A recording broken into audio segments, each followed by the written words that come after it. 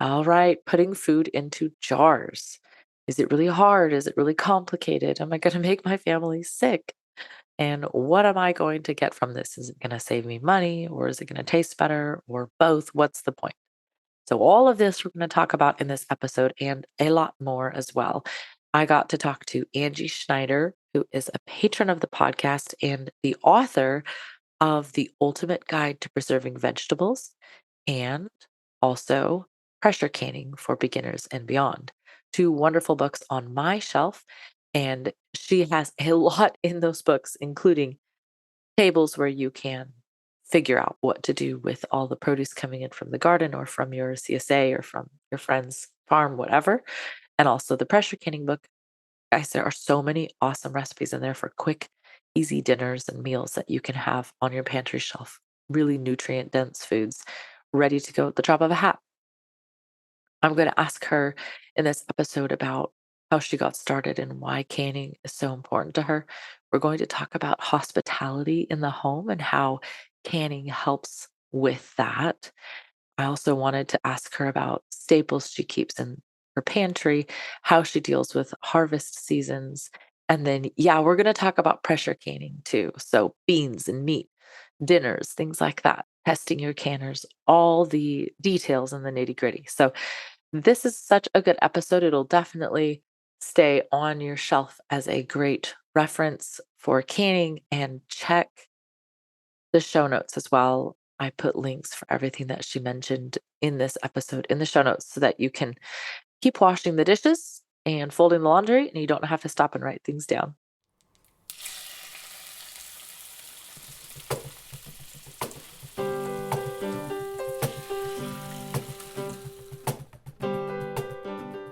Welcome to the Ancestral Kitchen Podcast with Allison, a European town dweller in central Italy, and Andrea, living on a newly created family farm in Northwest Washington State, USA. Pull up a chair at the table and join us as we talk about eating, cooking, and living with ancient ancestral food wisdom in a modern world kitchen.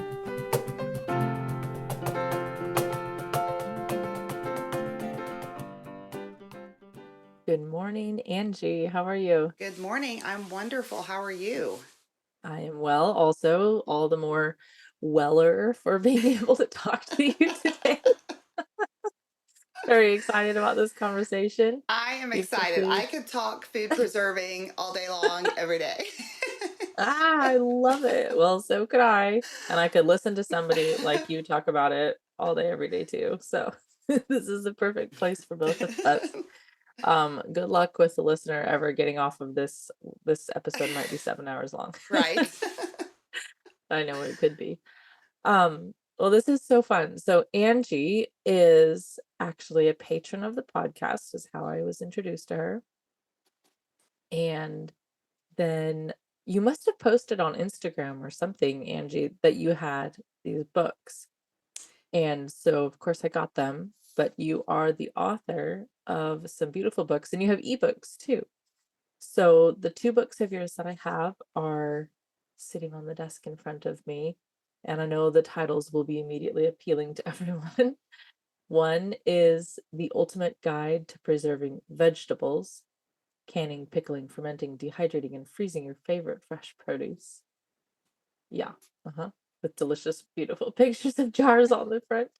And the other book, which will meet the needs of so many people today who want to do this but are intimidated by it, is titled Pressure Canning for Beginners and Beyond: Safe, Easy Recipes for Preserving Tomatoes, Vegetables, Beans, and Meat.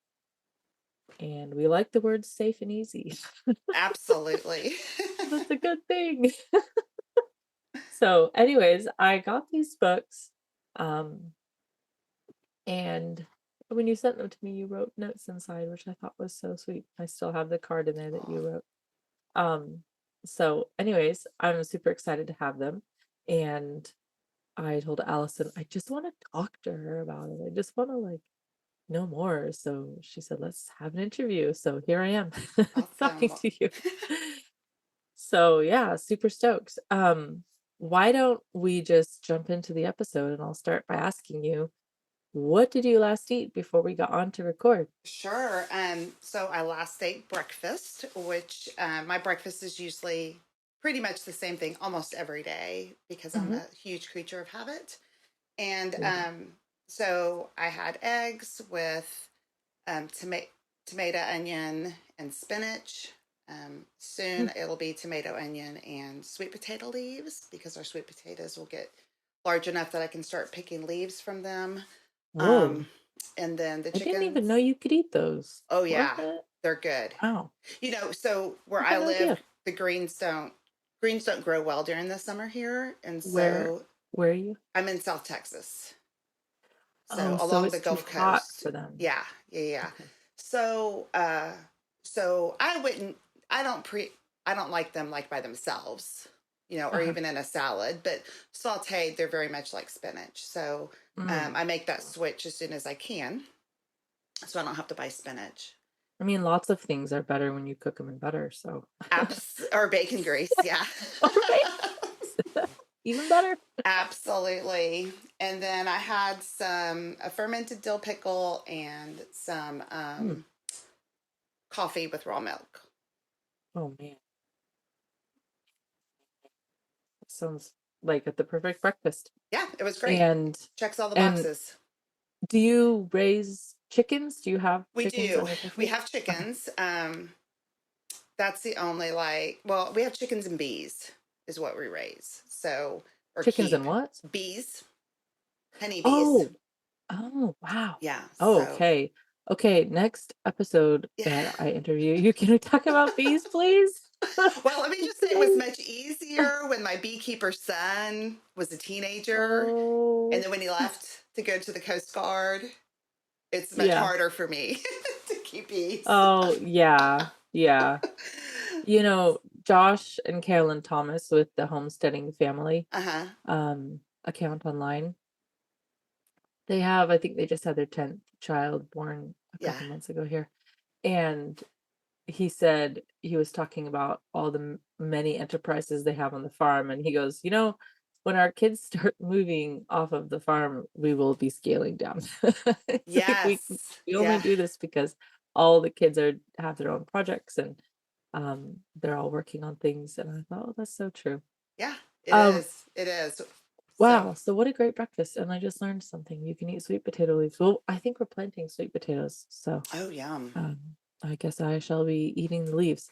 And are they okay? c- Compare them to a leaf, like collard greens or Okay, so I'm not a like, huge green eater. I think they're more like I've never eaten collards. uh-huh. I think they're similar to like cooked Swiss chard or spinach. It kind of has Okay, the yeah, same that's true. You said texture that. Okay. and a pretty mild Hmm. flavor. So, Okay. Well, I love spinach in frittatas and things like that. mm-hmm. I said once on the podcast that I'm not like a huge fan of salads. uh And I will never be able to live it down because ever since then, anytime I'm at somebody's house, like, oh, I'm so sorry, there's a salad. I'm like, I'll eat it if you give it to me. I just like will go out of my way to You still make it yourself, right? live it down. Well, People are but I like, think that's because and not to go off on too much of a tangent, we live in a culture where everyone thinks that every meal must be your absolute favorite Pinterest meal in the whole world. oh, okay. Let's just go down this road right now because that is one of my pet peeves. I'm listening. Keep going. Yeah, so it's just food, right? Like Right. you have I love on y'all's recommendation, I read that book Chew the Fat. Oh And yeah, so good. that one lady says, we had food, we cooked food, we ate food, or something like that, right? Like, Yes. I'm like, It's like we didn't have yeah, recipes. yeah, we just, and so I feel like we just live in a culture where we think everything must be your absolute favorite or it's disgusting. And Oh that's my not true. goodness. It's okay So to true. just have a okay meal. An okay, like it's not my favorite, Yeah. but I'm going to eat it because it's food. And that's what we do with food is we eat it, you know? Do you know how many times we have like scrambled eggs and a piece of sourdough bread? Oh Like yeah. there you go. Eat Yeah. it. Yeah, yeah, we do too. So, And I know that you were raised in a large family. We have 6 children, and at one point, we only Okay. have one that still lives with us. All the others are adults. See. But so when everyone was here, nobody got their favorite meal very often because they were On all your birthday, different. that's what you Exactly. got. Yes, that is it exactly. So my kids are like, one of my daughters, my oldest daughter, doesn't like soup, and so we still have soup like all the time. Yeah, And because guess she what? would just not eat the brothy stuff, you know. And Yeah. so when we would go somewhere and they would serve soup, and they would apologize because they would hear me joke about her not liking soup, and we make it. Like, I'm And I'd be sorry. like, it's okay, she'll eat it. It's not like just Yeah. gross, you Not know? like it has to be, she's not like gagging in the corner. That is such a good point though about the big family. I didn't really think about that, but I I actually took me a long time and I still feel like I'm trying to figure it out what my favorites are of lots of things because I don't ever remember having an opinion about food as a kid. I remember Yeah. there was one dish that I remember like my mom would make fried rice. Oh, yeah.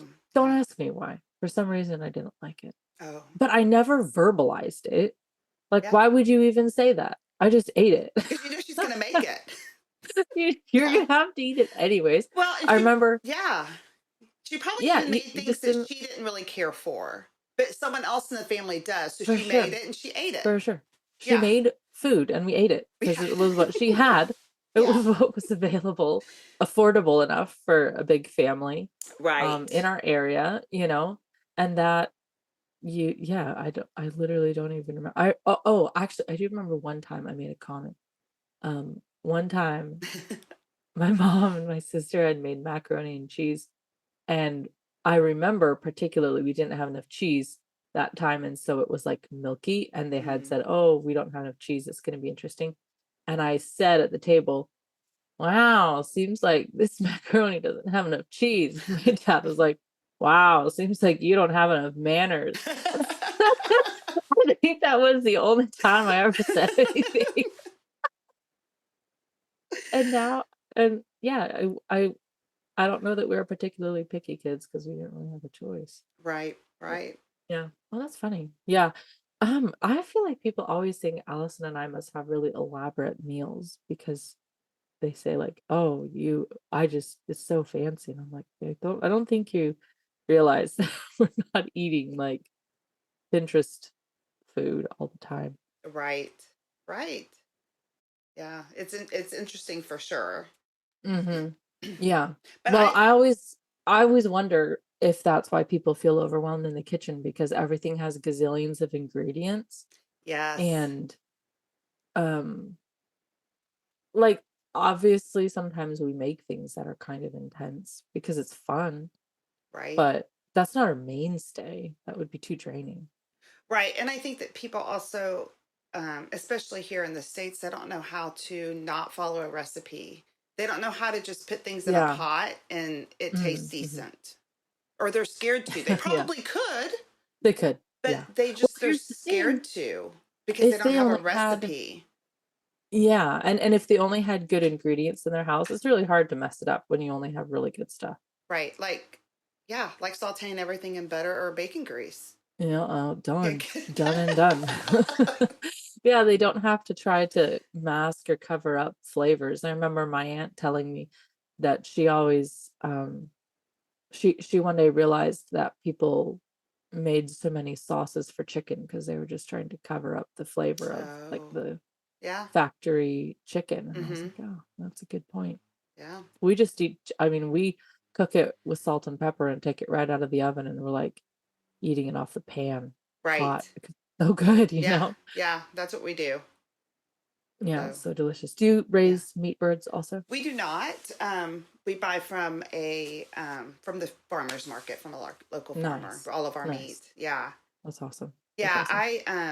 awesome. We have in the past, but I've gone from having 4 boys at home to 0 boys at home, and it makes a Oh, difference. yeah, yeah. And what I I have want to do, and my yeah. husband, my husband also is disabled. He has stage 4 cancer, and has for almost 3 years now. And so Wow. mobility is very limited too. So the things that, Okay. so, you know, we're in that season of downsizing things Yeah. and, but you know, it's good. So it gives us an opportunity to support our local, um, 100%. Yeah. growers, which I think is so important, Yeah. to do. I mean, farms need customers and customers need farms. Absolutely. That's symbiosis there. And I also am a believer that, you know, you don't necessarily have to do every single thing. Like there can be Oh, the guy who's really good at beef and absolutely. Yeah. the guy who's really good at chicken. Like Yeah. they don't have to be the same pair of legs. Right. It can be, Absolutely. don't have to be. Are you looking for a powerful source of nutrients to enhance your overall health and well-being? Look no further than beef organ capsules from One Earth Health, where the cattle graze on lush New Zealand pastures. The beef organs are sourced from 100% pasture-raised cattle, ensuring that you receive the highest quality and most nutrient-dense organ meat available. Beef organs are some of the most nutrient-dense foods you can find, with high levels of vitamins A, K, and the B complex. Customers report more energy, improved skin health, and a strengthened immune system, thanks to the powerful nutrients found in these organs. For a limited time, One Earth Health is offering Ancestral Kitchen podcast listeners a 5% discount on all orders and free shipping. Each bottle has 200 capsules and comes in cheaper than other New Zealand-based organ supplements. Take advantage of this amazing deal and experience the benefits of beef organs for yourself. Order now and enjoy the incredible health benefits of One Earth Health's beef organs made with care and quality in New Zealand. Visit oneearthhealth.com/ancestral kitchen. The link is in the show notes. Yep. Wow. Okay. I have so many questions. Like I don't even know how to start this, but I'm just going to start by asking, well, okay. So first off, these are the questions I get all the time. Okay. I'm just going to tell you before we start. Okay. Like, like I would say almost daily. Am I going to kill my family if I'm canning food? Okay. I get that question all the time. This is I always wanted to can, but it's too hard. It's too hard for me. And then pressure canning is a bridge too far for many people. Yeah. And then what am I going to get out of canning this food? I see that it's a lot of work. I have to wash a lot of dishes. I have to chop a lot of things. Do I save money? Like, what's the point? Okay. So these are questions I get all the Right. time. Am I going to kill everybody? Is it too hard? And what's the point? Right. So let's just go down this sort of general trail and start with, why do you preserve? What got you started? Why are you so passionate about it? Why do you open a conversation with, I could talk about preserving food all day? Like, tell me why. Yeah. Okay. So, I stumbled into preserving food, and that when my husband and I first got married, he found a dewberry patch, which is our local variety Mm. of wild blackberries. Oh, And he picked a whole bunch and he brought them home. And I mean, like gallons, he picked gallons of them when I wow. say a whole bunch. And Impressive. so I called the only person in my life that I knew who grew food and canned food, and that was my granny. And I love that. yeah, and I said, hey, can you teach me how to make dewberry jam? Mm. And she said, sure. Go to the store and buy a box of Sure Gel and follow the directions. And I was like, oh, okay. Surely there's more to it than that. And she did What live, is the she incantation? did live 6 hours away, you know, and her place was Uh, magical, you know. And yeah. so to me as a kid. And so I just thought that like the people who are asking these questions, I thought there was some huge, I thought it was some ordeal, like that's only secret, only some people could do it, not other Yeah. people. Yeah. She just, and with her sixth grade education, just broke down all those barriers, right? Just go buy Wow. a box of Sure Gel and follow the directions. I love that. Basically, you can read and you can follow directions and you can do this. Wow. So that's what we did. We went to the store, bought Sure Gel and sugar, and followed the directions. And we were hooked from that moment. We went and picked more. We gave them as Christmas gifts, and people raved on it, of course. And so it was fun. It was a good introduction into the world of food preserving. And my husband was actually in school and in seminary for the first 10 years of our marriage. Wow. So money was really tight. And during that time, we had 4 of our 6 kids. Uh-huh. So we were super, super poor.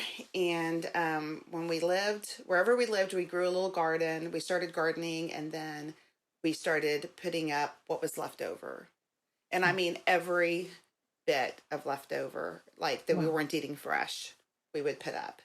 And so in some way, whether we would freeze it or can it or dehydrate it, we tried really hard not to waste any of the food, because I feel like food was the one area in my budget that I could really control. Totally. Yeah, I can't really, we live in South Texas. I can't really control our electricity bill in the summer. Yeah. It'd still be nice to people, but I can control our food, right? And so that became how I helped our family, because after our second son was born, I stopped working full time. And so that became my motivation, was how can I help save our money and feed our family good food without breaking, our grocery budget every month. Yeah. And so that was the beginning. Okay. So thank you, Granny. Yeah, absolutely. I thank her every time I put up something. It just makes me smile and think of my granny. Absolutely. Yeah, my grandma always had canned stuff too, and she still cans all of Mm-hmm. it. So, and is that what led you to writing these books? Just generating all those recipes? Were people asking you for Yeah. recipes all the time? They were, and no, there's not a whole lot of people in my real, like my life, my in real life that life can and put up food, and it kind of makes me sad.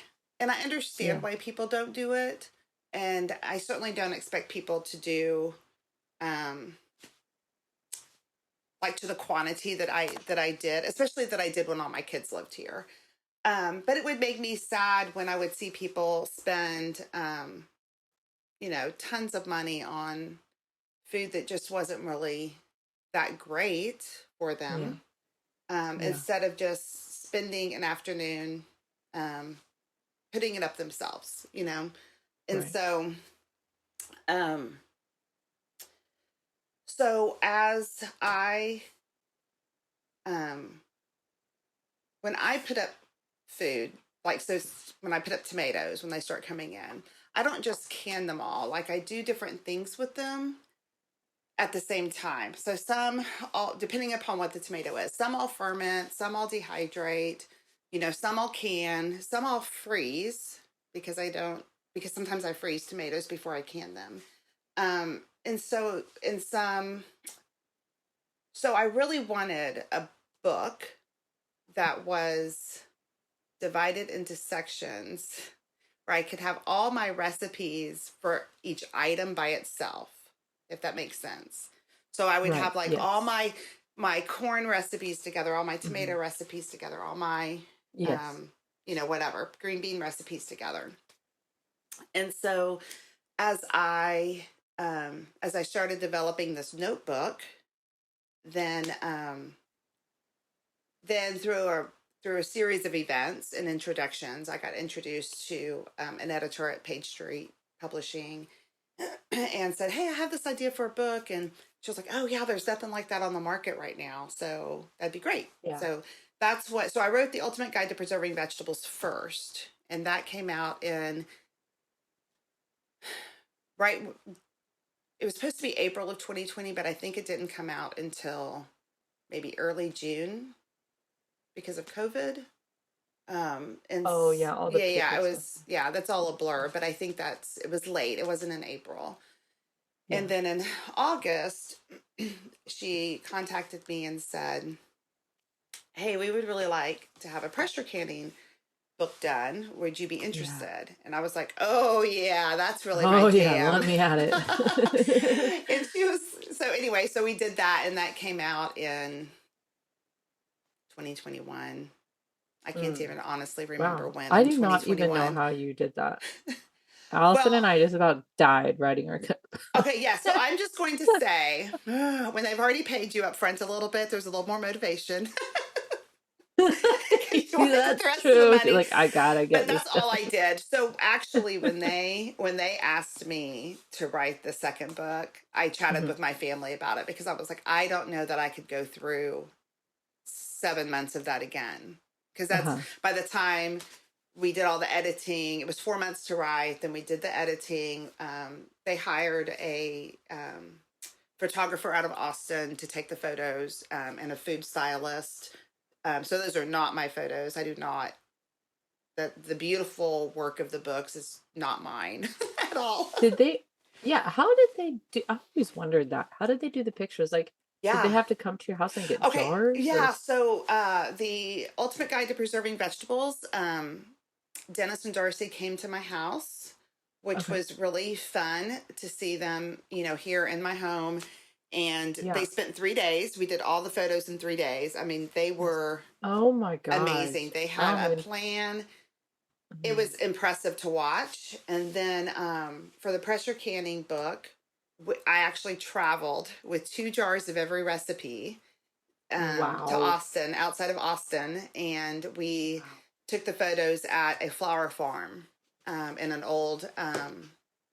an old like she had a farmhouse, and so it was just very Wow. interesting. So um, I'm just flipping through the pictures now because there are so many they're pictures. so beautiful. They I mean, they just took a lot. They're gorgeous. They yeah. just yeah. Well, you I'm reading Stet, which is by Diana Athill, who's Uh-huh. an editor in the UK, in the late 40s on. Yeah. And she talked about cookery books and she said, yeah, the kind of cookery books we used to write would never sell anymore.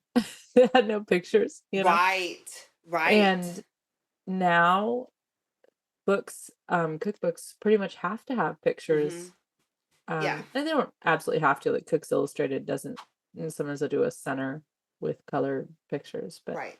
um anyways, but I absolutely love that the pictures are in here because I feel like you can take a jar off the shelf and be like, yeah, see, this is what it looks like. This is what it should look like when Okay, it's done. Like, yes. okay, Yes, and Nora. I'm glad you said that because when we first started talking pictures, I told the editor, I was like, okay, so you need to understand something. Canned food, is, unless it's jams or jellies or fruit, like canned Uh-huh, meat, isn't uh-huh. so pretty in the jar. Yeah, yeah. And so I said, What did they say? I just need y'all to understand that, which is why when you look at a lot of canning books, you'll notice that they're not showing the end product. Like But they'll you show the totally green did. beans Yeah. and corn in Nope. the Yep. jar before being canned, but very few Yep. Yes. after pictures. Yeah. That's so true. So it was I super. did notice that about yours, that you actually have pictures. And like I like how you opened the jar. Like I'm looking at, let's see, on page 108 right now, Uh your huh. honey garlic pork chops and your beef stir fry. You have two of those jars open.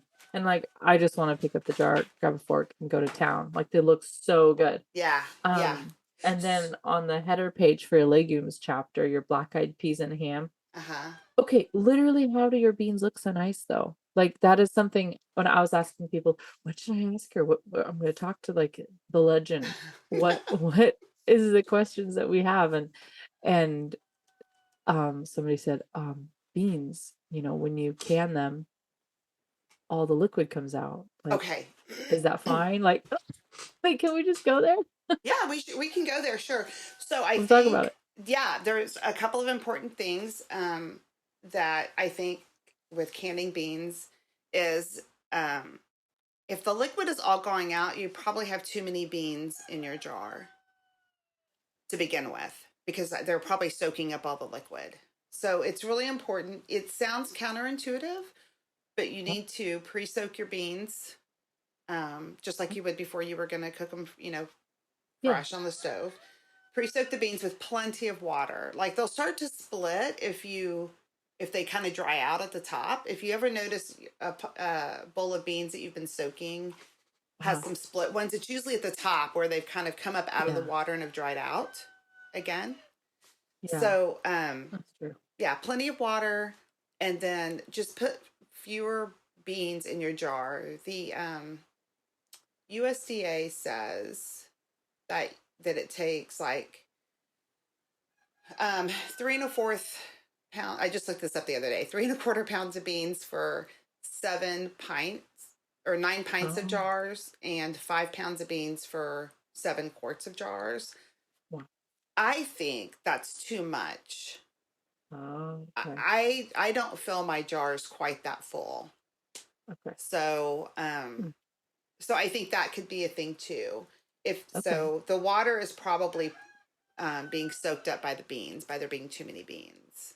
Because I think what people do is if they soak the beans and they put them in the jar with just a 1 inch headspace, and then they try to pour water on top and keep a 1 inch headspace. You can't really do that. Okay. So you need to put less beans and then just use your water up to the 1 inch headspace. Does that make sense? Yeah, that totally makes sense. Okay.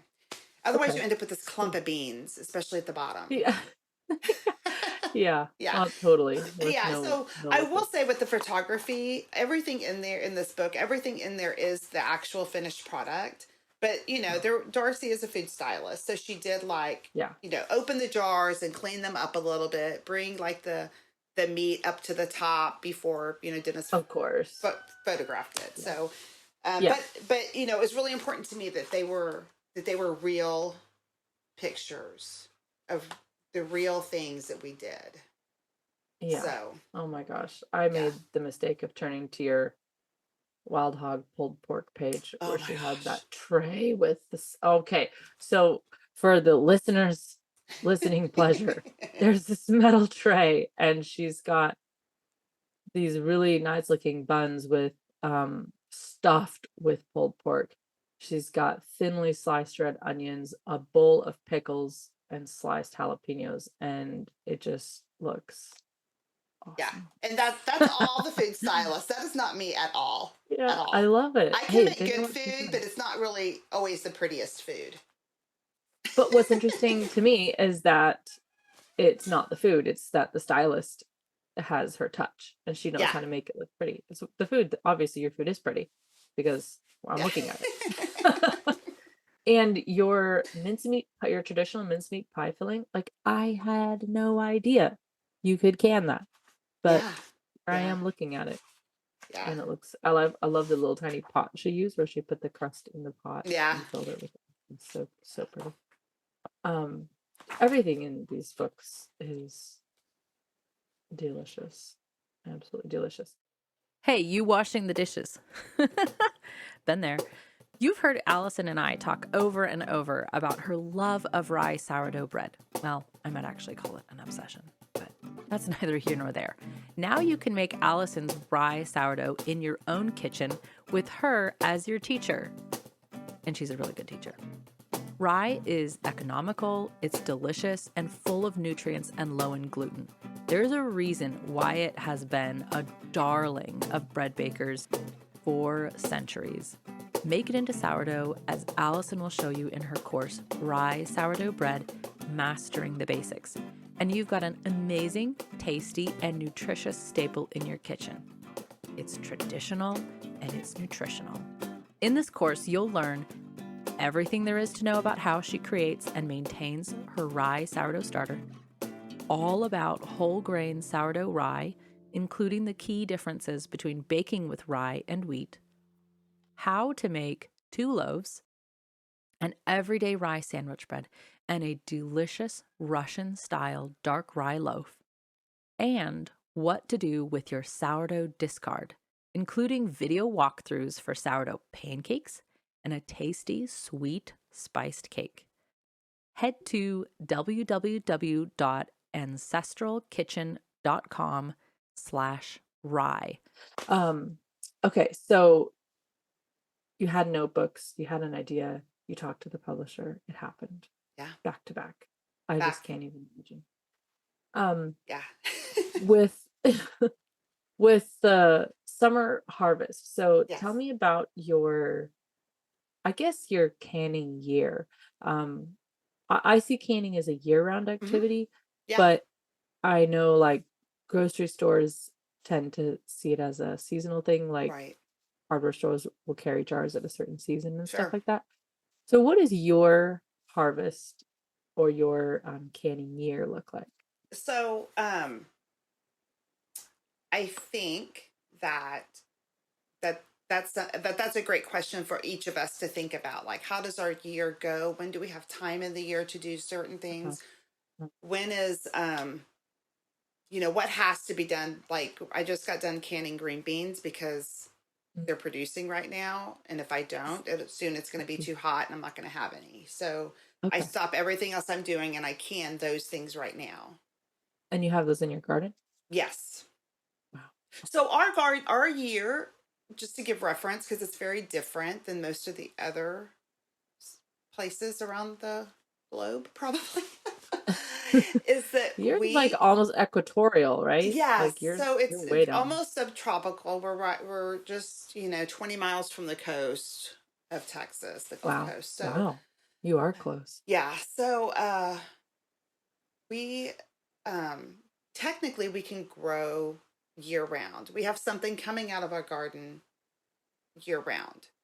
Um, but we have this time from like mid July through mid September where it's really just too hot to grow anything other than okra, basil, that kind of Okay. stuff. Okay. Yes. So our spring garden starts early. So I plant usually in late February, early March. Whoa. I know. And then we'll Oh, wow. harvest. We'll We still have snow on the ground. I know. We'll harvest through June and into July. We're still maybe getting a few tomatoes in July, but not very many because it's so hot. Oh, If I can keep those plants alive, then when it starts to cool off in late September, early October, they'll start producing again. Same thing with our peppers. We have this season where we wow. don't get peppers because it's too hot. I didn't even know it could get too hot for I peppers. know, right? It does. Who I knew? know. So I told you, so it's weird, right? But then in the Yeah. fall, if the plants are still alive, if I can keep them alive, then Wow. we'll get this big, huge flush of peppers as it starts to cool off until our first freeze. So our first average freeze is like late November, and then our last average freeze is like mid to late February. Yeah. Our last freeze is in sometimes June, Right. and our first freeze is in September. You have a Right. very short season. Very short. So what I joke about is that we have it like y'all have the dead of winter, we have the dead of summer where nothing grows. You do? We Oh my do. And so goodness. that's Yeah. that's kind of when our break is for the garden. Okay. Okay. So it is very different. So um Similar where Allison is. okay. Nobody does anything really in August. Yeah. Like nothing happens. She can't get stuff from the farm and things like that. Yeah, it's just too hot. Yeah. Mhm. So when the green beans that I just put up, but we'll eat those during that that summertime where we don't have fresh Okay. vegetables coming out of the garden other than okra. And Uh-huh. so and then we'll plant another thing of beans in the fall and we'll eat them fresh. And then we can eat fresh from when the fall garden starts producing, say late October through through the summer or through the spring. That's amazing. Yeah. I mean, the So beans will die, but do then, you, we'll have broccoli and, sure, those sure. kind of, those winter things that will live Yeah. all winter long. Do you get snow ever or We no? have. Okay. so, so, we, in 2004, we had 12 inches of snow on Christmas Eve, which was amazing. It was like a dream come Wow, true for some kid was praying very hard. most kids around here have never seen snow, especially like that. So then Wow. the last I don't know, again, maybe 4 years ago, 5 years ago, it snowed in December just a little bit, and then in 2021, all of Texas froze. Oh yeah, And that was so weird. I that remember was that. super weird. It was snow. I mean, it wasn't snow. Maybe there was some snow, but there was a lot of ice. Mhm. And that's what like the bad thing was. But so Yeah. the last couple of years, we have gotten down into like 18 degrees at least once, which normally Wow. we don't get that low That's in the quite winter. cold. Yeah. Normally our freezes are, like 25 degrees Fahrenheit Yeah. at the And that's most. And that's just yeah. for a few hours or overnight. So we have to cover things. But I lost all my citrus trees in that 2021 freeze. Yeah. So we've replanted. We're starting over. They'll come back. They'll be fine. But it was sad. Yeah, now you made me think about it. I didn't really think about the industry down there. I'm sure there's industries that, I mean, if you had 1,000 acres of citrus trees, Oh yeah, you can't. this is a problem, Yeah, you know. yeah, it Wow. is. Wow. So okay, so back to our canning year. So Okay. I during the summer I'll can the things that just absolutely or can or freeze or dehydrate or ferment the things that absolutely have to be done then. So our cucumbers are starting to come in, so I'll be making, gallons of fermented dill Mm. pickles. I am the Ah, my only person favorite. in my family that likes them, and I make Oh, them for me. what? I know, I Good know. for you. My I'm husband glad you does make not them. like pickles, and he has turned almost all of my children against me. And Everyone so against a you. couple of my boys like pickles, and so I make a few variety of pickles. I make my grandmother's bread and butter pickles. So If I was recipe. at your house, I'd be mobbing those jars of Yeah. dill pickles because I love dill pickles. Yeah, I love fermented dill pickles and way better than Because they're a little canned zippy. dill pickles. Yeah. Yes, and they don't have Yeah. that canned dill pickles, that vinegar bite, that real harsh bite. Mm-hmm. So, but some of my I boys like that. have 1 gallon jar of fermented dills left, Hmm. and it got it froze. Oh, Long story short, yeah. it froze on accident. And so now I've been trying to think. When you eye the jar, they look so delicious and good, but when you eat them, they're quite mushy. Oh, yeah. So I'm trying to think like, is there anything I can do with them? But I don't. You could turn them into relish and add it to Yeah. like, chicken salad or something. Yeah. Oh, yum. I Yeah. don't have chickens, so Yeah. yeah. So, so when the tomatoes come in, I usually just freeze them until I have time in the Like fall to can whole. them. Yeah. I just take okay, we call it the belly button, but it's where the stem goes on the tomato. Yeah, that's Just obviously the belly button. yeah. That's where the umbilical cord attaches it to the plant. So we just See no problem with yeah, this. we cut that out, throw it in Ziploc bags, throw it in the freezer. And then the cool thing is when you pull those out and they start to thaw off, the skins just slip right off. Yeah. So you don't Right. have to, boil them and cool them and take the skins off. Literally the worst thing about tomatoes. It is. So freezing them is the hack, right? And so so we'll do that. And then I also will make a lot of stews in the summer. So Okay. like a lot of the soup recipes in the pressure canning book will happen during the summer. So the Nice. corn chowder, for sure the vegetable stew that's in there with the meat. will happen because that's Tex-Mex corn, family favorite. Yeah. So all of those Mediterranean things zucchini and tomatoes. I do. Yeah, yeah. And I really like that zucchini and tomato because it's like the only way to can, according to the USDA, to safely can zucchini. Um, Yeah, it's very limited when it it comes to zucchini, yeah, isn't it? You yes, don't it's have a lot of choices. the only way is to add it with tomatoes. And so when you because they turn to mush. I can't even Mhm. imagine somebody desiring to can a whole jar of canned zucchini and then eating it afterwards. So, um, but it's really good over like a stuffed pasta, like a ravioli. Oh my And the goodness. zucchini Okay, just kind of disintegrates throughout the sauce. I'm into this. It's really I need nice. it. I need So, it. and so, then during the year, we use those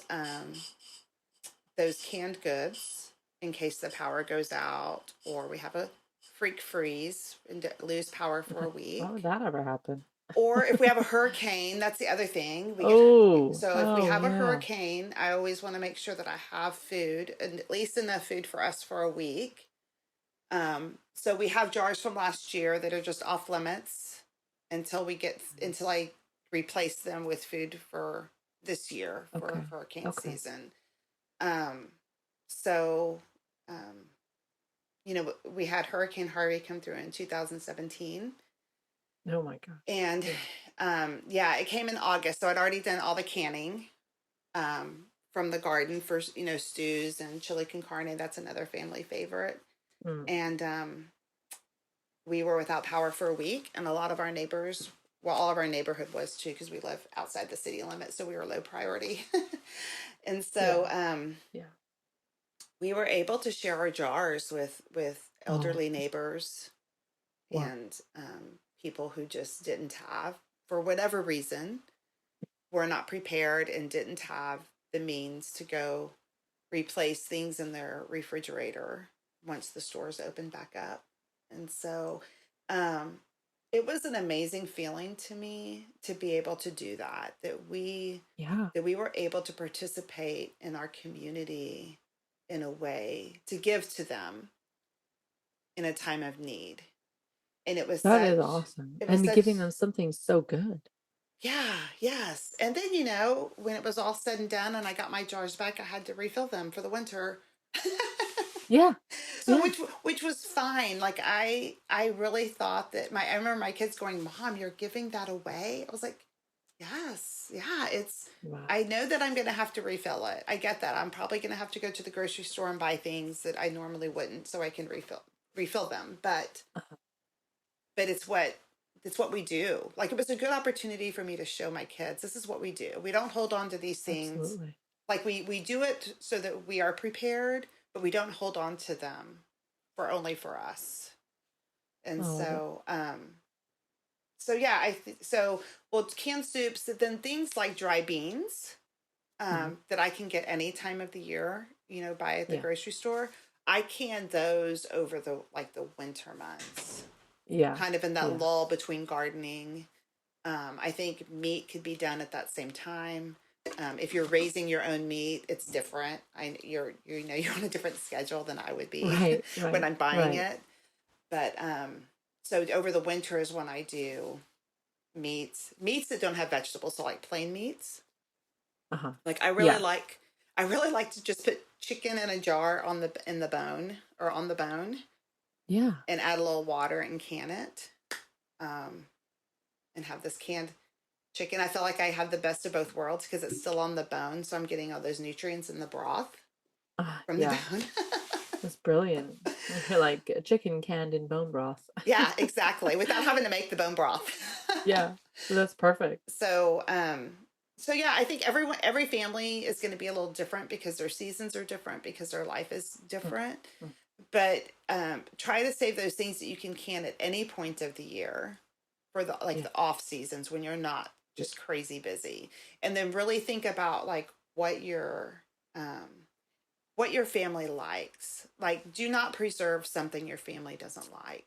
Period. Okay, Like that's that's so it. funny because that is just such good advice, and yet I can't even tell you how many people are like, oh, I have 44 cans of something that none of us like. It's like, Right. like Yeah. that's crazy. I know. And I think we've all done it, right? Oh Because yeah. Well, we don't, sometimes you can something and it's just a flop. Nobody's into it. You're like, what right. do I do? Right. And then yeah, you can feed it to the animals. Yeah. Our animals have Compost definitely it. eaten. But yeah, don't like, and there's no judgment. So like my family does not like frozen green beans, period. They don't like, there's a Neither do squeak I. factor to it, when you eat and they kind of squeak. Yes, And they thank you. they do not like it. um I don't care for um canned green beans. They're a little mushier than I like. My favorite obviously is fresh.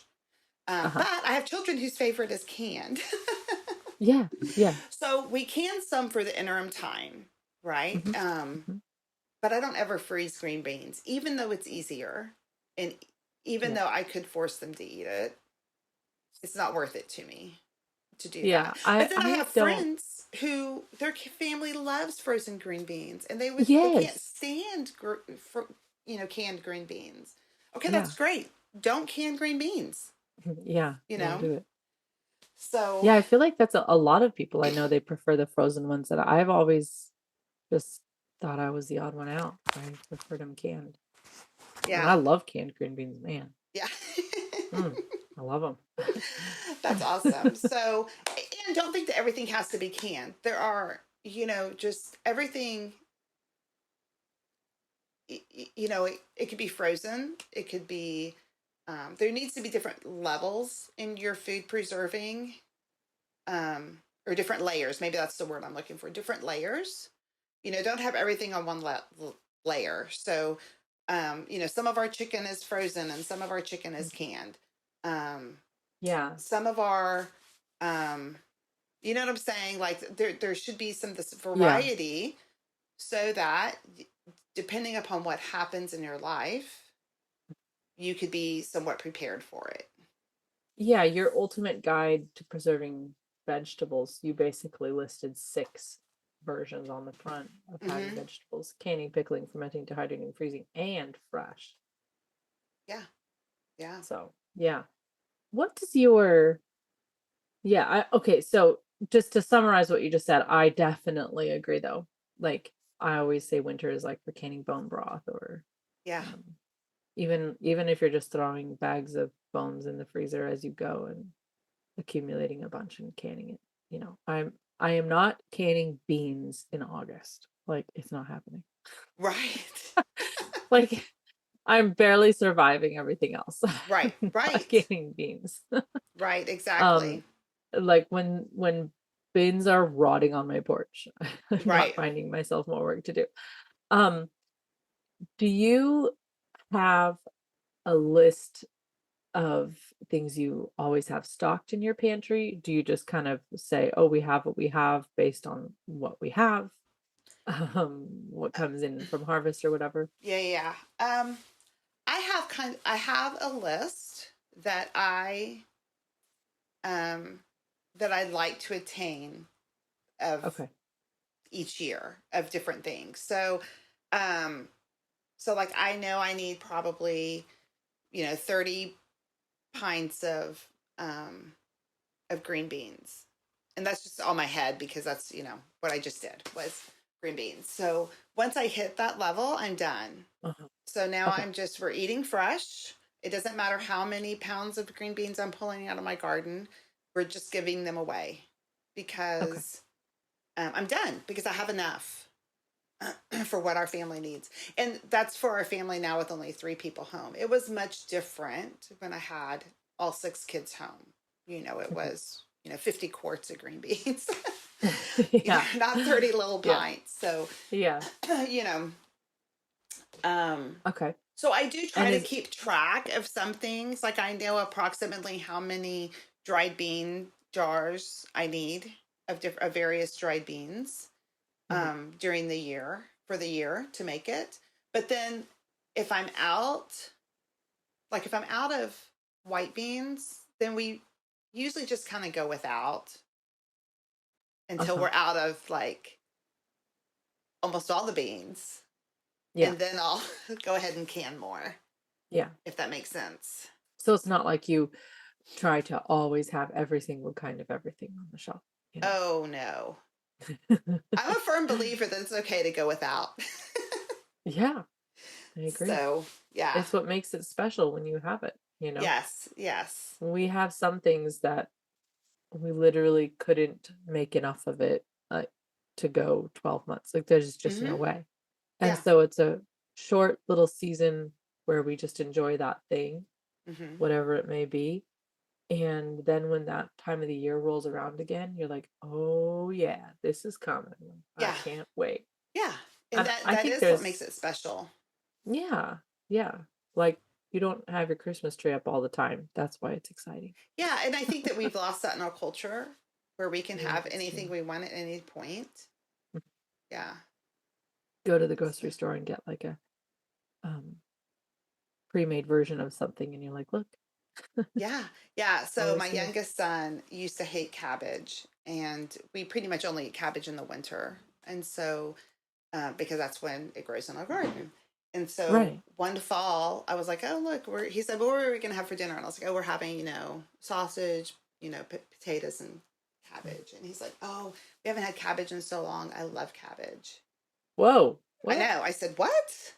I said, "I thought you hated What? cabbage." And he was probably 6 or 7 at the time. He goes, "Well, I Uh-huh. used to hate cabbage and you made me eat it all the time. And then we didn't eat it. And now I love it." Wow. That's amazing. And, just kids' tastes change, obviously, people's Absolutely. tastes.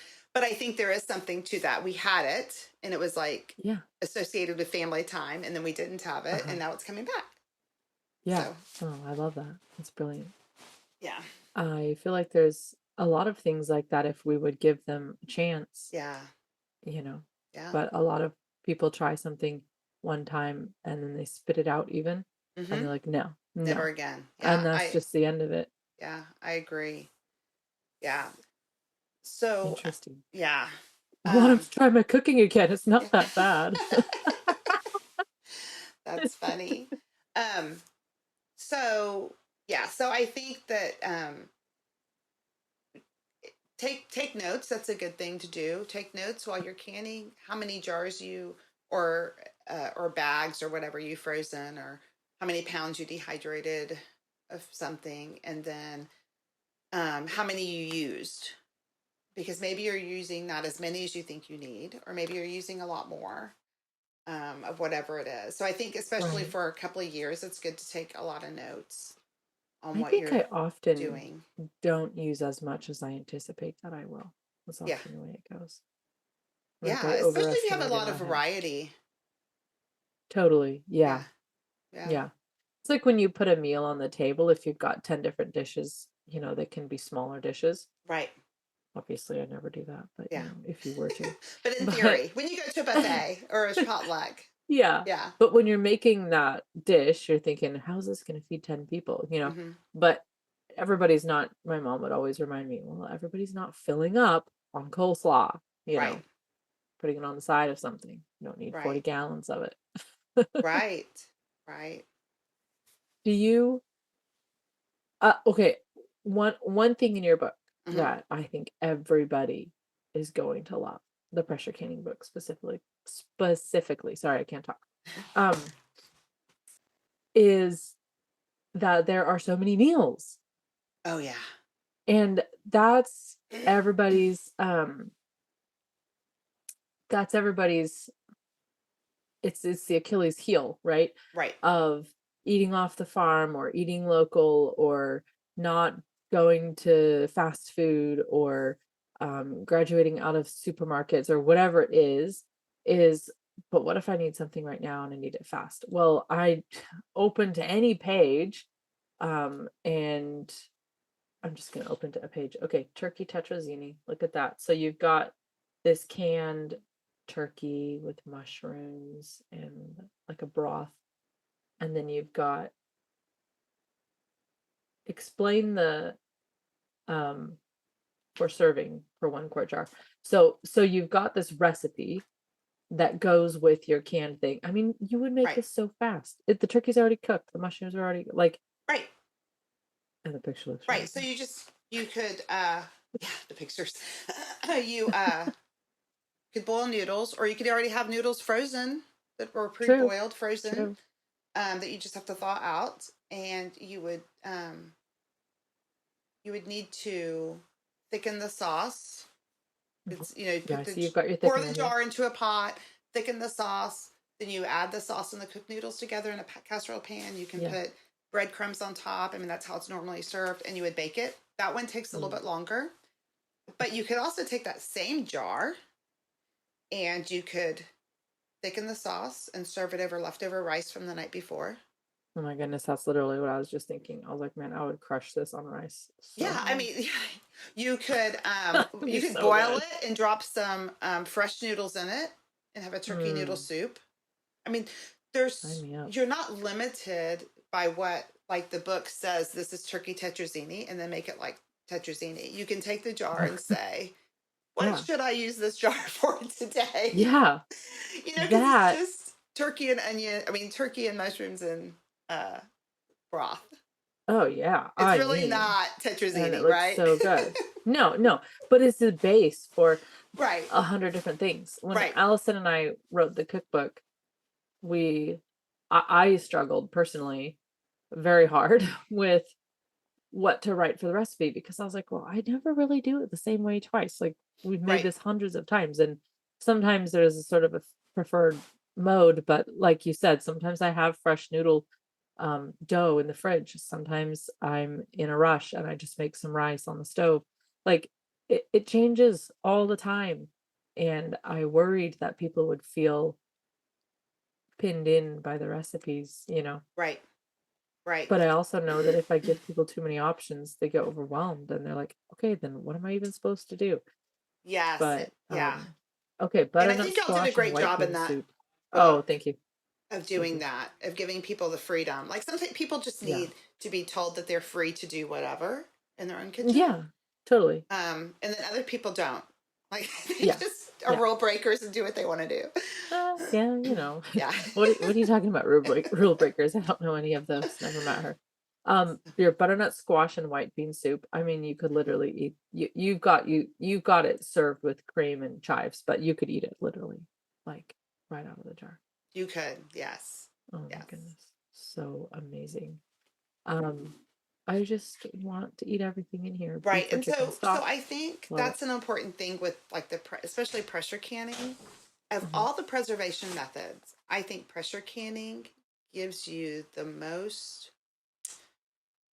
diversity and freedom for our modern Yes, busy lives. I 100% agree. So, I so mean, when you if were you freeze asking something earlier, and like, what's the payoff of yeah, the work? There's the payoff. The payoff yeah. is when you have four extra people of your kids are there with three extra people, and they say, hey mom, by the way, we're staying for dinner, Uh-huh. and you're like, okay, that's fine, and you just go pull 6 cans of chili con carne Mm, off the pantry cat shelf, and put it in a pot, and you're like, yeah. okay, dinner served, we have some chips, chili con carne, Yeah.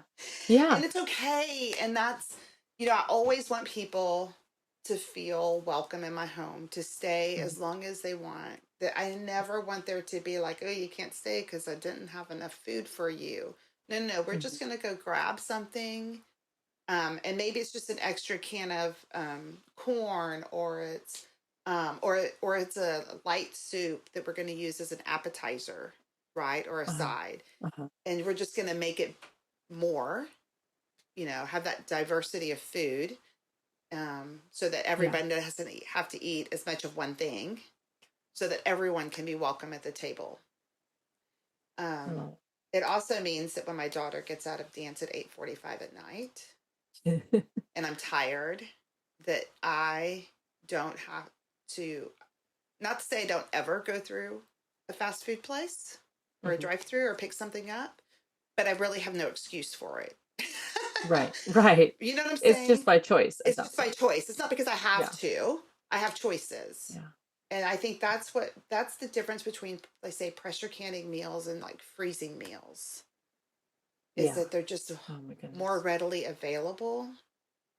Yes. And so for me, that's the big payoff. Yes, financially, it's cheaper to put the food in a jar and can it myself, even adding in my time, than it is to buy that same, jar of soup, quantity of soup at the grocery store, a quality one. Um, but it saves me time throughout the whole year on those busy nights or busy Yeah, days. absolutely. I mean, even if you were canning jars of beef, jars of beans, jars of, Right. frozen peppers, whatever, you still have to assemble it, right? And Right, because they're just I always, ingredients. yeah, Yeah. there's usually a point, typically 8 hours into a canning project, maybe 12-hour point, where I'm like, wait, why am I doing this Yeah. again? Yeah, yes. And I and, do think that and the ingredients are important. That can yeah, of, beef stew meat, you can turn uh, into carne asada. oh yeah, oh You yeah, can for sure. put 5 different jars together and make a soup, put it in the Yeah, crock pot earlier in the day. and you definitely Um, want to have those. but I agree. yeah, um, but when push comes to shove, and you're driving As it past tends to. we're driving past Chick-fil-A, and you go, I have soup Yeah. in my Yeah. pantry. We're fine. It's really hard to justify spending all that money, even though it is the Lord's chicken. It is. It is. Ah, It but is. And yeah, so fast, so fast. Like your beef pot pie filling, it's already there. It's ready to go. right. Which could be a soup too. It doesn't It have could to be a be a soup pot too. pie. You could, yeah, or Yeah. you could have a frozen crust or Yeah. whatever. Yeah. Yeah. Um, I always feel that moment in the long canning day where I'm like, is this, am I really saving myself any time? But then for the rest of the year, when I've got something that I can just get, I'm like, oh yeah, it's worth it. Yeah. That is when the payoff is. Yeah. And Yeah, it yeah. does. And I do want to go back and talk about the safety. Well, that was one of your questions, was, Yeah, yeah, let's talk about being that. safe. And um I um if you pressure canning is safe. 100% safe. People will tell you horror stories of days gone by, but modern pressure canners have safety Yeah, mechanisms, and yeah, you will not, the lid will not blow off, and you will not blow up your house it's unless you're literally trying. impossible. And yeah, it just won't happen. Um, if you follow the guidelines that the safety guidelines that are published through, like, the USDA, there's the University of um, Georgia does a lot of testing on food Yeah, preserving. yeah, They have a book called "So Easy to Preserve," which is their studies and their recommendations after their studies. And then there's a site called the National Center for Home Food Preservation, which basically publishes all of the University of Georgia's work. So those three entities all work together: the USDA, National Center for Home Food Preservation, and the University of Georgia. Um, all their work is kind of the same. And so I'm just assuming they collaborate because they all looks the same even. yeah, um, and if you follow their recommendations, their safety guidelines, there is zero chance of harming your family. What yep, happens is when people say, my granny never used a pressure canner, so I'm not going yep, to use a yep. pressure canner. And that's when, and they're like, I'm just going to boil my meat for 3 hours. Okay. So Right. maybe, I mean, true. Oh my Maybe granny goodness. didn't. But the USDA has not recommended that process of boiling for 3 hours, or over a course of 3 days, which is another recommendation they used to have since like Okay. 1917. So, and maybe your granny was fine. Maybe she never killed anybody when she did that, but that's no guarantee that you won't. It could just be that Yeah. there was never any botulism spores in her jar, but you Hmm. cannot guarantee that there is not any botulism spores in your jars Yeah, I from mean, your food. it's so unlikely that there wouldn't be botulism is everywhere. I think that's another thing that people don't realize is they're like, what if there's botulism? I was like, well, there is. 100% Right, there is. right. What we're gonna do is show you how to neutralize it. Right. And so, exactly. And so, in order to neutralize the spores, because the spores aren't dangerous at all, No, right? spore So, relating, that's dangerous. right. And so, when you pressure can to inactivate or kill the botulism spores, the temperature has to be 240 degrees Fahrenheit. And so that's the only way to reach that temperature is with a pressure canner. A water Yeah, bath canner, it doesn't matter how long you boil it, it's never going over 212 degrees Fahrenheit. yeah. And so that And it the activates reason it. I'm sorry. I was gonna say, if somebody's thinking, then why do I water bath my apple? It's because your apple's more acidic. Right, So the right, combination right. is So going to prevent it's hostile for the botulism in the acid. right, You're gonna have other things that will be an issue before botulism and something like that. right. So botulism to activate needs three things. It needs low acid, moist environment, and no oxygen. That sounds So like a yeah, stovetop canned something. a can of green beans, right? A home can jar of Yeah, green yeah, beans. yeah. Yes, we so when we we create this perfect environment, and so we really need to make sure that we inactivate or kill the spores before they can Which is create a so toxin. it's so easy to do if you just follow, like you said, if you just follow the directions. It is easy Um, to do. they Yes. they build in, like when you see those recipes, they take the data from the University of Georgia and then they build in margin. Right. So if you're like, was I 30 seconds off? I don't remember. They built in the margin for, I mean, it's like the Betty Crocker cake box Right. recipes. They made it kind of fail proof. So Right. um yeah, the recipes are built really, really well. And like you said, you will have no issue whatsoever as long as you follow the directions. It's when somebody's like, oh, I'm not going to heat this first before I put it in, as the recipe says. Well, you should follow the recipe. Right. Absolutely. And so, This is that one time. yeah. Yeah, I there you do have to follow the guidelines when you're pressure canning. The stakes are just too Yeah, high. guidelines is the It's right thing it's to say, it's not different, you recipes. know. And Um, so yeah, I and and pressure they're canners not. are inexpensive. Um Yeah, I for a long totally. time I had, and I still do. I have an All American that my mom had bought me years ago for a Christmas gift, and I love it. And I was somewhat of a pressure canner snob, and so then when I wrote the Obviously, book, because you had an American, you were. right? Yeah, I would do the little side eyes at the other canners. And then when I bought the book, I thought, or when I was writing the book, I thought, I am going to go buy the cheapest pressure canner, official pressure canner that I can find. And so Presto had Yeah, one for $79 at Walmart. And so I bought it, and it works just fine. In fact, yeah, for some things, literally. I like it better Yeah, than my All American. It's lighter. because It's you don't easier. have as many. Yes, It's yeah, it's easier to. It comes up to pressure faster and it depressurizes faster. I think because it's smaller, my All American I can double yeah, stack. yeah, But as I'm getting older, it's really hard to yeah. take that All American off that top shelf.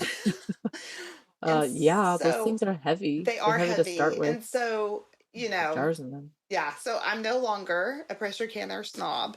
And so now I really don't understand the attitude of I'm not going to follow recommended guidelines. I'm not going to use a pressure canner, even though I know that every single time that there has been a botulism case with home canned foods, it's because somebody has tried to can low acid foods in a water bath Yep. canner. Literally 100%. Literally And true. Yeah. so it's a small Or they investment. skipped a, yeah. Yeah, it's a really small investment Yep. for ensuring safety. and you know, it's Yeah. a Okay, so go ahead. well, talk to me about I'm a bad canner because I've never tested my seals or anything ever. Oh, okay, okay, So okay, you talk about the this side of things because I've never done any of that, okay. but I So, feel like I should okay, what canner do you after talking have? to you. What canner do you have? I have 5 of the Presto canners, the Okay, can double stacking, so the deeper ones. okay, yeah, yeah. So you have the gasket in them. Yep. So if it dry rots, I mean, you just look at it. If it looks like it's Yeah. dry rotting, you Yeah. need to replace it. Yeah. If it's cracked and crumbled, you should probably not Yeah, use it. if Okay. yeah, yeah. All right. So mine I've had for 3 years. It's fine, and um, I've done a lot of canning with it. Some people just automatically replace them every year. I'm not going to. I'm just going to Huh. look at mine and see if it needs to, like I do everything else, right? And just see Yeah. if it needs to be replaced. Um, if it has, okay, so the All American has a gauge and a weight, and my Presto just has a weight. So if the All American, if you look in their guidelines, I mean, their instructions, it says that it is a weighted gauge canner, that the dial gauge is just for you to observe the amount of time. So because Okay. I know that my canner is being kind of run by the weight, like that's what determines um, what the pressure is the weight that you put on it. Um, I don't ever get my dial checked Okay. because Because it's a it's weight. just there. It's just, you know, it's just an extra step. I probably should. So but you know, sometimes it says it's down to 0 and it's not, but I'm not using it to determine if it's at 10 pounds of pressure or not. I have my weighted gauge that's on there that's jiggling that tells me if it's at 10 pounds of pressure or not. Okay. That being said, if you're a And Presto, what does your weight look like on your Presto? Because I wonder, I think mine is weighted, mm-hmm, but I'm not sure because when I look online, I see a different one, but all of mine are well, they're like 10-ish years old. uh-huh. And so I thought, well, maybe they just changed it. Mine is just like a little black thing, but when I look online, I see these pretty shiny metal ones, and I'm like, wait a minute, do I need one of those? Mine Is it on my Presto has a black thing that has um 2 little discs on it. So the black thing by itself is 5 pounds, and then you add a disc to make it 10 pounds, and you can add another disc to make it 15 Hmm. pounds. Yeah, mine doesn't have that. Did you buy yours new or used? Some of them I got new, Okay. some I got new in box, and some were given to me used. Okay. So, I mean, if the ones that you bought new, I'm sure they have all the pieces. Yeah, yeah, and Yeah. I have the matching pieces for all of them. Like they Yeah. all have the same pieces. Yeah. So, but it should have a weight. Mm. So, do you have a gauge also? Yeah, I think it does say weighted gauge, doesn't it? Yeah, it has a gauge also, Okay. which So that always threw me off because I'm like, wait a minute, so does it have a dial I'm typing it gauge? in. Yeah, Yeah. So some of yeah. them are gauged by the dial, and you should get those. Just double check to make sure that it's going to the right. If it says it's at 10 psi, it's really not at 8. That it is at the Okay. correct But psi. if I throw a weight on there, then does it not matter? It This is where I'm depends. It foggy. depends. Okay, so because without looking at your canner, I don't know that if your instructions should tell you the instructions that came with your Oh, am I supposed to canner. read those? Yeah. So you should. What? The thing that you put over the vent may just be a way of sealing the vent. It may not Uh-huh. actually be a weight. I think it is. I think it is just a seal. I'm looking online Okay. right now and I see the one you're talking about with 3 rings. It's $12. Yeah. I'm just gonna buy it. Yeah. Yeah. Okay. I think That was kind of my suspicion. I was like, "Ooh, maybe I don't have to buy anything." Yeah, so yours is I probably think just I a do. dial I gauge. don't want to have to use the gauge. I would rather use the weight Yeah, yeah, because I because you don't can want to have hear to it. take it in and get it tested. Yeah, Um, and you can hear it. You don't have to look at it. yeah, Yeah. yeah. Typing it in right now. Yeah, exactly. You can hear it. That's um I think my husband actually he loves pressure canning. Uh-huh. So we'll have all the pressure canners going at the same time, and he has like sticky notes and timers Oh, everywhere, love that. and Yeah. he's just like running around, this one's venting, this one's sealing, this one's building pressure, like this is jam. Yeah, and you can do a He's so good lot. at that. If you have multiple pressure canners. My sister, Yeah, um, yeah. she has an All-American too that double stacks, and she'll come over Uh-huh. and we'll just knock out a year's worth of beans for both households, Oh you know, yeah, in a day. get her You done. know, like yeah. Yeah, I even have other pressure canners too that I haven't used because they do have the crumbly seals. Somebody gave them to me, and so I was like, oh, I won't use those until I replace pieces, gaskets, and stuff. But Yeah. um yeah, you can if you want to get a couple going at the same time. I mean, we can't even keep up with getting the food in them. You know what I mean? Hmm. Like that's the only problem is the people working fast enough to get the food into the jars. Right. So the canners are going too fast. I just if somebody's giving me a canner, I'm not going to say no. Right. Absolutely. Then when Absolutely. my girlfriends come over and we can together, it's like we can do, like you said, everybody's in no time at all, Yeah. It's great. which is pretty glorious. Um, so if somebody doesn't have the weight, would you say definitely go get your gauge tested? And how do you Yes. do that? I would call your local county extension office and ask them um, if they test them. A lot of them do. And if not, Okay. some kind of machine shop that does like welding, Yeah, like yeah. some kind of commercial type place would probably Uh-huh. be able to test them. How do they do it? Do you know? Like, do they have to put the pot together and or do they just take the gauge? Like, I think they just what's do the the gauge. I've never had mine tested, so I don't really know. But I think it's just you okay. take your gauge in and they test the gauge. Huh. Wow. I don't even know how that works, but okay. I think they shoot it with air or something. Wow. So Wow. like I think they put it Okay. on something, you Interesting. know. So Yeah, I've never it's one of those I don't even know where my extension office is. Like, never really figured that out. well, you have one. Well, If I you're in the have one US. somewhere. Somewhere. Yeah. Um, what what are some of your like a couple of your top picks? Things that you just love to have on the shelf. Okay. Maybe you're famous for it in your community, you're known for it. People come over and they're like, "Can I have that?" What are some of those things? Okay. Sure. So I think for my family is the beef and vegetable stew and the chili con carne. Those are two that my entire family loves. I also like Yeah. the venison carne asada is another one that's super easy and Mm. versatile. Um, Frozen pesto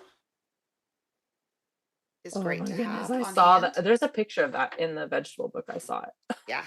And really, our favorite is basil pesto, but there's also, you can use carrot top pesto is really good, which is what we wind up Ooh, yeah. doing in the early spring when we've run out of basil pesto. Yeah. Um, Yeah. I think, What do you so do with your pesto? we use it for Friday night pizza night. We put it on pasta. We put it on sandwiches. Mm. We put it on egg. Do you do pizza night every Friday? We do. We do. I mean, yeah, most Fridays. Occasionally we'll have a Well, weird you did say Friday. you're a creature of habit, I, and I love rituals and habits as well. So, yeah, it um, didn't start out that way. When my older kids were younger, we did it like two weekends in a row, uh-huh. homemade pizza, and then the third weekend we were doing something different, and my son said, "What? It's a tradition." Oh, okay. Didn't know it was a tradition. That But for them, so see yeah, that. we've probably done it for 20 years on Friday nights. And That's so amazing. it's I love fun. it. Our family, our kids, older friends, they know when they come home for college, if they come over on Friday night, they can have pizza with us. And, it's just fun. It's been a really fun, meaningful tradition for our family. So, I yeah. want to actually push into that a little bit, what you just said, and hear you talk a little bit more about that because you've alluded multiple times, and I knew that you were this way, which is partly why I was so excited about, the cookbook and you and everything. But the fact that you use this as a tool to enhance your hospitality and make your home a welcoming space and a really good place for people to land and for the kids to come back to. Can you talk about your attitude around that a little bit? Um, sure. So um, mm, I grew up in a home where there wasn't a whole lot of traditions, a whole lot of family time together. I Uh-huh. mean, obviously we lived together, but Right. there just wasn't a lot of feeling welcomed. But we never had Right. friends over. My parents didn't really have outside friends. It was just a very interesting dynamic. And so, but when I would go to my grandmother's house, and all of our cousins were there, and she had this big table, and there was just always stuff, food, like everyone was welcome at all times. And she was Right. poor, I mean, way more poor than we were. And it was just, I didn't really understand that dynamic. Like, you don't, when you're growing up, sometimes you don't understand that maybe some of the things in your childhood are not the greatest until you observe them as an adult. Uh-huh. And so my husband grew up very differently. His family, they were Navy people, and they traveled around the country, and they made friends wherever they went, and they always had parties, and they had game nights, and they had all these things. And so it was very different than what I had. And so when I wanted to make sure that when we had kids, for a variety of reasons, I really wanted our home to be a home where their friends felt welcome. Um, Yeah. I love it was that. important to me to know their friends. Um, and I Mhm. think the best way to get to know someone is to have them in your home. And so, 100%. um, and so, um, so that was a big motivation for me, is that Yeah. I think that for hospitality isn't the something that we um, like put on for a time.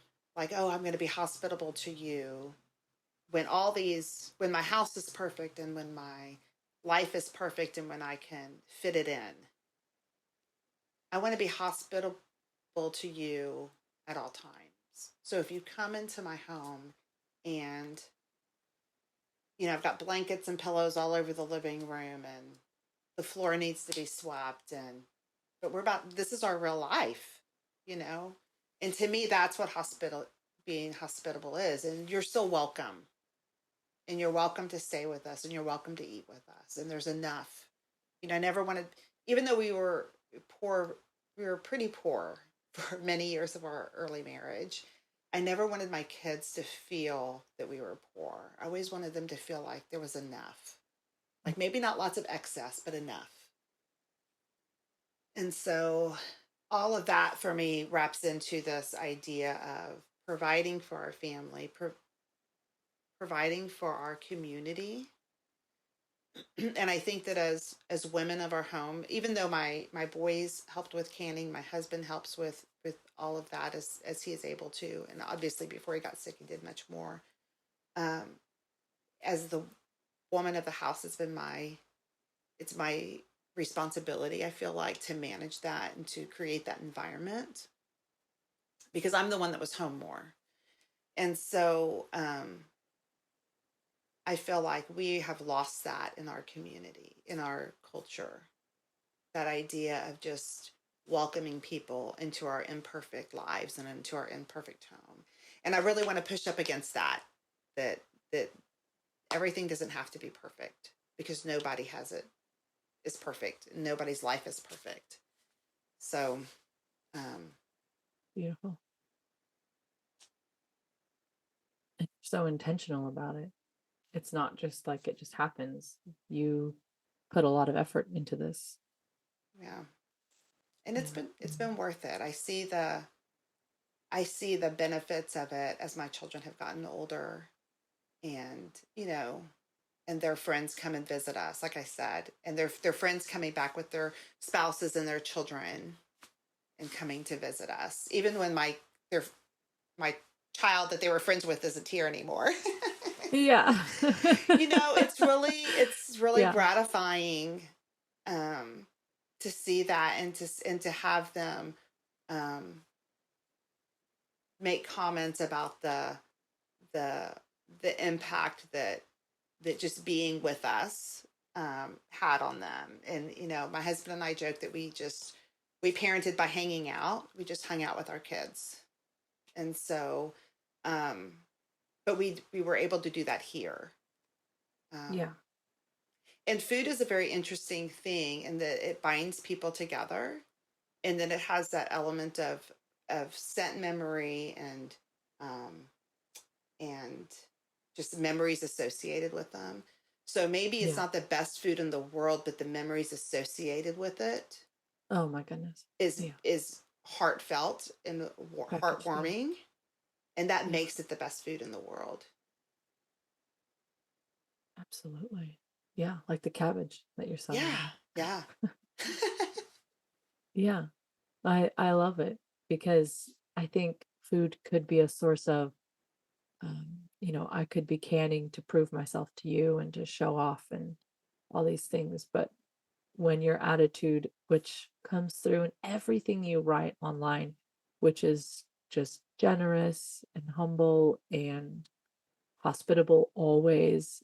I mean, I have always felt so kindly treated when I send you Oh, messages on Instagram or whatever. Your responses are always very heartfelt. And so, yeah, it definitely comes through. And it definitely inspires me. And I want to be like that more. I love it. It's really oh, thank inspiring. you. Yeah. Where can everybody's listening to you? Where can they find you? Where do you want them to find you, follow you, find these books? Where Okay, can that happen? sure. So, my blog is schneiderpeeps.com, and I'm on Facebook and Instagram as Schneider Peeps. Um, the books can be found at um, all the major bookstores have them, and a lot of local bookstores have them. So, if obviously, I would prefer people to buy from their local bookstores. Uh-huh. If they Yeah. can order them. There's, IndieBound, has them. Yeah. Bookshop. I have a bookshop shop. I think you guys have a bookshop shop. Yeah, I found your books on there. Yeah. Yeah, are on there. So people could even go to y'all's bookshop shop and order them through that and support their Yeah. local or a local bookstore. I think Mhm. that's so important. Yeah. Um, but yeah, they're out in the world, kind of everywhere. I do have some signed copies, here at the Ooh. house. If people wanted to order signed copies, I'll have to get you that link. I don't have it Okay. right in front Yeah, of I'll put me. that in the notes. But it has to be people, they have to have a US address, Okay. because international shipping to ship these two books to Canada is like $40. So Isn't it it's wild? not It's worth, wild. huh? It's wild how It expensive it is. is It is wild. to ship to But Canada. yeah, but they are available in the UK, and in Canada through like major booksellers, and also in Australia. So Page Street Publishing distributes in all those Wow. areas. Wow. So Okay, good. that's why if you notice the recipes, they're in Mhm. empirical and metric. Yeah, you have them in both. I noticed that. Yeah. Yes, 8 because cups in parentheses, 1.9 liters. they Yeah. require that because they distribute. Uh, Oh, how brilliant. Okay. Yes, Well, I'm that very makes it thankful easy for our listeners. they did that, but it was stressful at the time. Yeah. Allison and I didn't even manage to pull that off Oh, for our book. well, you weren't required to. we were saying we think we would put it in a like if we edited it, which Yeah, of course we would need to, but we would put it in a second version. right. But that's funny. Wow. Okay, great. Oh, this is the set of books that I feel if people ask me a lot, what should I do for my canning books? These are great because your attitude shines through in the books. Your spirit is here, and then the pictures are beautiful. The food is delicious, and it's just wonderful and convenient. So I Thank hope you. everybody gets a chance to check it out. Thank Well, you. thank you for visiting with me this morning, Angie. This Oh, was thank you. amazing. It was fantastic. Thank you for having me. Yes, and if you have time, then after we finish recording, if you want to stick around for a few more minutes, we can record a short after show Yeah, for that'd the be great. patrons. And then thank you for also letting me use 4 recipes, 2 from each book. I've put them into a PDF for the patrons to get a little bonus sample of one of their own fellow patrons' Yay. cookbooks. So everybody's going to enjoy that and get started right away using your stuff. So thank you, Angie, for joining me today. Thank you. Bye. Bye-bye.